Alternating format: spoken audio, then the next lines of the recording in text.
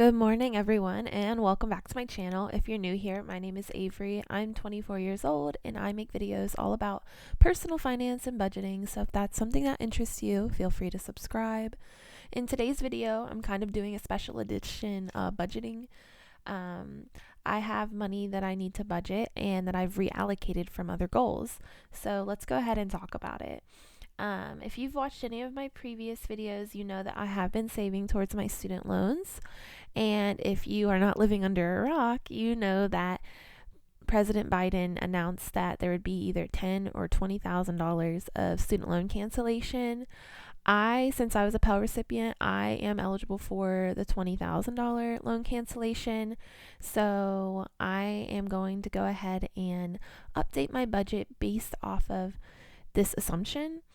I know there's some other personal finance YouTubers that are continuing to save, and that's completely fine. But for me personally, I'm just going to operate under the assumption that this is something that's going to be carried out. I find a lot of times with like government benefits, once you give something, it's really hard to take it away, and making a public promise like that, I imagine it might be quite difficult to take it back. Now, of course, I don't know for sure, and like if for some reason the $20,000 doesn't go through, well, of course, I'll just pivot for then. But for now, I'm going to go ahead and move on with my life and see what other financial goals I can work on. So if we take a look here, I originally had $4,000 saved for my student loans, and my total balance is $22,074.68. If we subtract out the $20,000 that's assumed, I only need $2,074.68. So I ended up moving the $1,925 into ready to assign again. And side note, I'm using the software YNAB Budget or YNAB to allocate for my goals here and for my budget. So I went ahead and did that.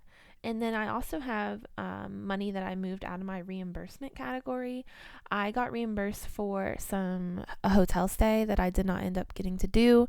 So that was over $525. That's also where we see this amount in ready to assign. So let's go ahead and get into it, because I don't want this to be a quick video. I don't want this to be a long video, but I also wanted to give some backstory. So biggest thing that I've changed with my budget since the student loan announcement is I've started saving for a house. My long-term goals is I want a house. I want somewhere long-term to live. I'm tired of renting. So I did start a house down payment category, and it's under my savings, like overall savings category. So what I'm going to do is I've decided I'm going to put $1,000 in there to really get it going. I already have $350 that was in there originally. That's just coming from my paychecks. I've decided to put at least $125 per paycheck into this goal. And I actually created a high yield savings account with Ally to move most of my money into there, since the interest rates are a little higher now. It's currently at 2%, I believe. So I've decided to do that to help maximize my savings in these times. So I now have $1,350 in the house down payment category. Currently, the goal is $10,000 just to start. In my area, houses are they're pricier than my hometown, so I probably need more money than $10,000.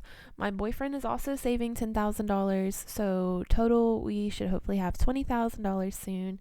And we have a very similar amount saved. We have both put $1,000 towards this goal, and we're both trying to save at least $250 per month.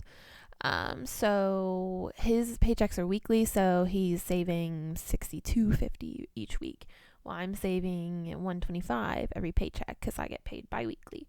So that's just some background. That's what we're starting with. As of now, I don't really have a deadline on when I want to reach this goal. I'm going to think about that one some more, and then I'll give you guys a video about my annual financial goals, or just like my long-term 5-year plan is what my goal is to make that video. So yeah, let's go ahead and move on. I mentioned in my last video that I bought a cell phone, but if we take a look at my technology category, I actually have not budgeted all the money into there. I do need to update my budget. There's some expenses I just haven't added yet, or you see all these dots. That's like I need to update or like clear things out as far as expenses go. But I do know that I need our $660.49. So I put that in there. So now we're down to $789.84. I need to put more money into my Roth IRA. So starting at the beginning of this year, I was saving, I think it was 125, maybe 100. If I go back into January, I can see probably. Yeah, I was saving 125 a month into my Roth. Or not saving, I was putting $125 into my Roth IRA. And as you can see from this category, I've slowly increased it. And I've actually been trying to put extra money into it when I can, just as an additional deposit, because in the long term, I would love to max out my Roth IRA. I am not quite there yet, just based off of my overall expenses, my overall income, and my overall goals. I have to kind of give and take with some of them. Largely because of just my income. I just don't have as much money as I wish I did. Maybe in the future, but I have been trying to incrementally increase this with every paycheck or increase in my pay that I get, or any additional money that I get. That to be said, I do want to put more money in here because I would ideally like to reach at least $2,000 contributed for this year's Roth contributions, and my stretch goal is $2,500. So if I could reach any of that, that would be great. Obviously, if I could reach the full, if I could completely max it out, that would be even better, but I'm not going to, I don't like to set goals that aren't realistic, if that makes sense. So let's go ahead and let me take a look here.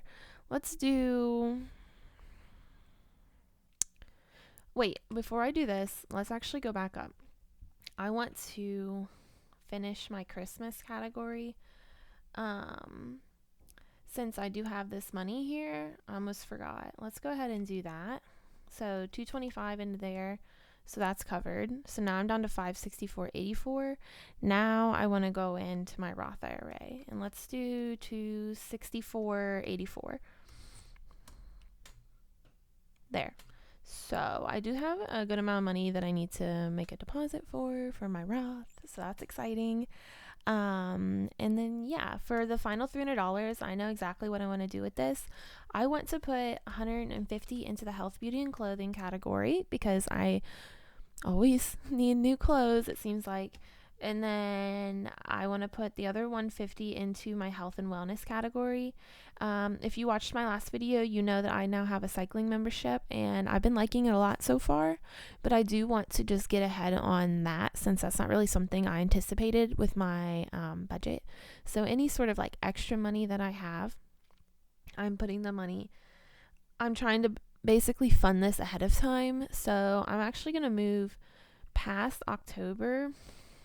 Actually, let's take the $139 out of here because I've already paid for September. And let's put it into October so I'm covering October. And when I put this money in future months, it's almost impossible for me to spend it by accident. So that's why I'm doing that. That way when I get to that month, it's already covered. It's not even a worry. So let's put the $139 in there. Into November specifically, since I need to cover that month still. And this extra $11, let's go ahead and put it, what am I thinking? Maybe the house, maybe the Roth. Let's do the Roth.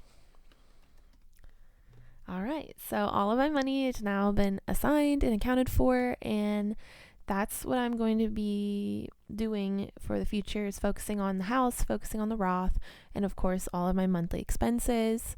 Thank you so much for watching. If you like this video, feel free to give it a like. It really helps out my channel.